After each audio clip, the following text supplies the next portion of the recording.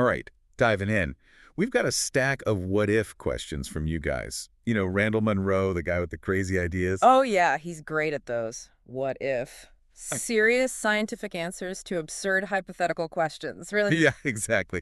So we're going to try and do the same thing. We'll try not to get too lost in the science-y weeds, but Well, that's the fun part. true. We've got some pretty wild topics, like super hot stuff, space stuff, even some weird things that could happen right here on Earth. It's always interesting to see where these thought experiments lead.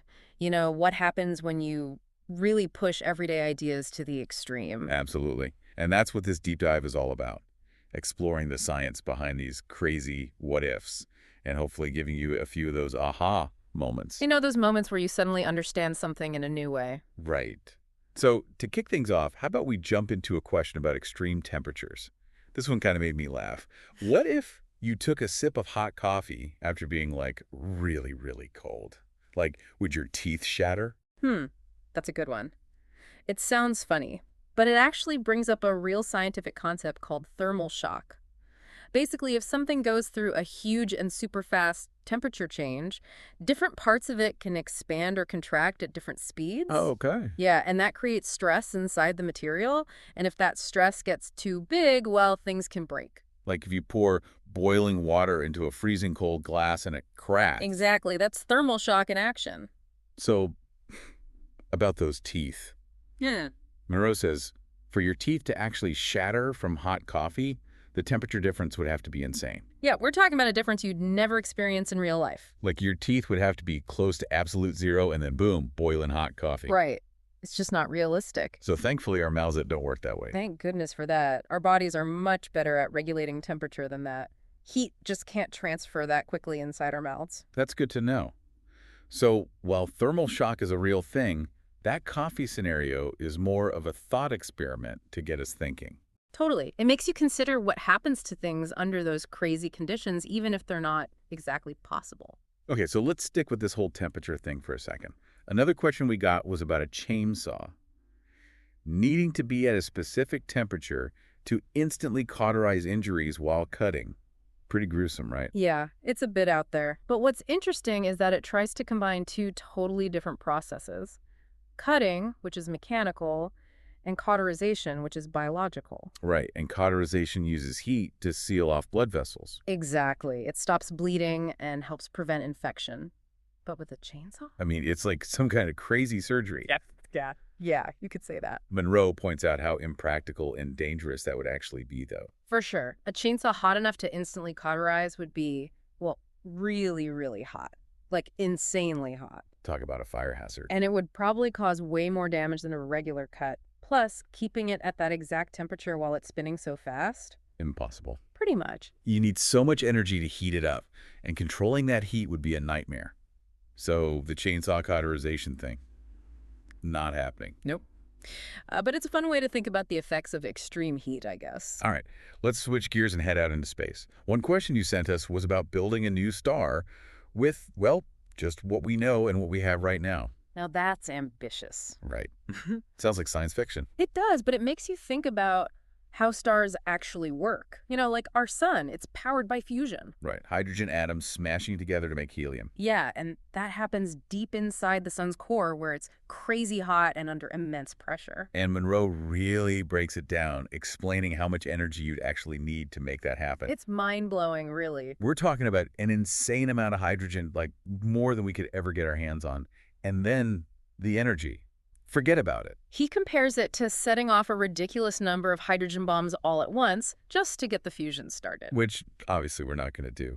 No, definitely not.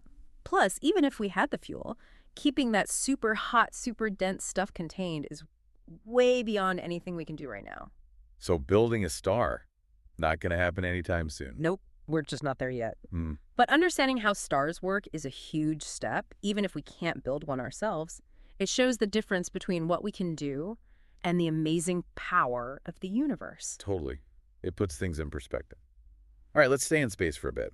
Another question we got was about shining a ton of lasers at the moon. Ooh, trying to make it brighter. Yeah. Like, what if we used everything from those little green laser pointers to those super powerful lasers they use in research? Yeah. Could we light up the whole moon? Hmm, that's a really interesting question. At first, you might think, yeah, just keep adding more lasers and it'll get brighter and brighter. Right, more light equals brighter moon. And if you just used a few weak lasers, you'd see a tiny bit more light on the spot you aimed at. But the moon is really far away. Exactly. And that's where the inverse square law comes in. Oh, right, the farther the light travels, the more it spreads out. Yeah, so even with a bunch of those little green lasers, you wouldn't see much difference from Earth. You need like a zillion of them. Pretty much. But Ah. then it gets really wild when you start talking about those crazy, powerful lasers, the megawatt ones, or those 500 terawatt NIF lasers. I remember Monroe talking about those. They're insane. They are. And at that level of power, you're not just lighting up the moon, you're vaporizing it. Whoa, seriously. Yeah, those lasers would blast the rock with so much energy, it would basically turn into superheated gas and dust. Wow, so instead of a brighter moon, we'd have a smaller moon. Well, eventually, maybe. But first, you'd see these huge plumes of stuff shooting off the surface. It's crazy to think about the power those lasers have. Definitely. Okay, let's bring things back down to Earth for a bit. One question that really caught my attention was about stopping a volcano eruption with, get this, a bomb. A bomb, wow. Yeah, like a really big one, like a thermobaric bomb, or even a nuclear bomb, Hmm? like something out of a disaster movie. That's intense. I know, right? But does it make any sense scientifically? Well, the short answer is no. Monroe's pretty clear about that. No way to stop a volcano with a bomb. Think about it. Volcanoes are driven by these massive forces deep inside the Earth. Right, all that molten rock, the magma pushing its way up. Yeah, and it's under immense pressure. So even a huge bomb wouldn't really do anything to stop that. It wouldn't even make a dent. Probably not. And it could actually make things worse. Imagine a bomb shattering the rock around the magma. Uh-oh. New pathways for it to escape. Exactly. You could end up with an even bigger and more unpredictable eruption. And a nuclear bomb. Don't even get me started on the radiation. Yeah, that would be a disaster on top of a disaster. So, yeah, bad idea all around. It definitely shows how powerful nature really is. Okay, let's lighten things up a bit. We also got a question about the logistics of raising an army of apes. An army of apes, that's a new one. Can you imagine the paperwork? Just thinking about it makes my head spin. You'd need a ton of resources just to feed and house them, let alone train them. And apes aren't exactly known for following orders. Plus, their communication, their social structures, it would be a complete mess. Probably not the most reliable troops. Okay, this next one is a little out there, even for us. Someone wanted to know how you tell the difference between humans with wheels and the ability to fly and, well, airplanes. Wow. I mean, where do you even begin with that? I know. But it's kind of a fun thought experiment. It is. It makes you think about how different those things really are. Airplanes are designed to fly. Humans, not so much. Exactly. And putting wheels on a human doesn't magically make them an airplane. The whole idea is pretty ridiculous when you get down to it. Okay, let's move on to some questions about the human body under, shall we say, unusual circumstances. One that stood out was about the nutritional value of the average human body. Oh, that's getting a little dark. I know, it's kind of morbid. But the question was more about the science. Like, how many calories are in a person? What kind of vitamins and minerals? I see. So it's less about cannibalism and more about the human body's, well, fuel. Right. Like any other living thing, our bodies contain energy and nutrients. But thankfully, the source material doesn't go into too much detail. I'm good with that. Another question was about crying. Could you actually cry so much that you dehydrate yourself? Interesting. Well, we all know that feeling of crying a river, right? Totally. But Oh. is it actually possible to lose that much fluid through tears? Probably not. I mean, Okay. tears are mostly water and salt, but the amount you lose when you cry is pretty small compared to the total amount of fluid in your body. Right. Our bodies are good at keeping things balanced. Exactly. You'd have to cry nonstop for a really, really long time to get even close to dehydration. And that's just not realistic. Okay, phew. Now, this next one's a little more complicated. What happens if there's a toxin that blocks reabsorption in the nephron tubules of your kidneys but doesn't mess with filtration? Whoa, that's getting into the nitty-gritty of how our kidneys work. Right. Remind me, how do those nephrons work again? Okay, so basically, nephrons are these tiny filters in your kidneys. They clean your blood. Think of it in two steps. First, filtration. Like a coffee filter, it catches all the waste and extra water from your blood.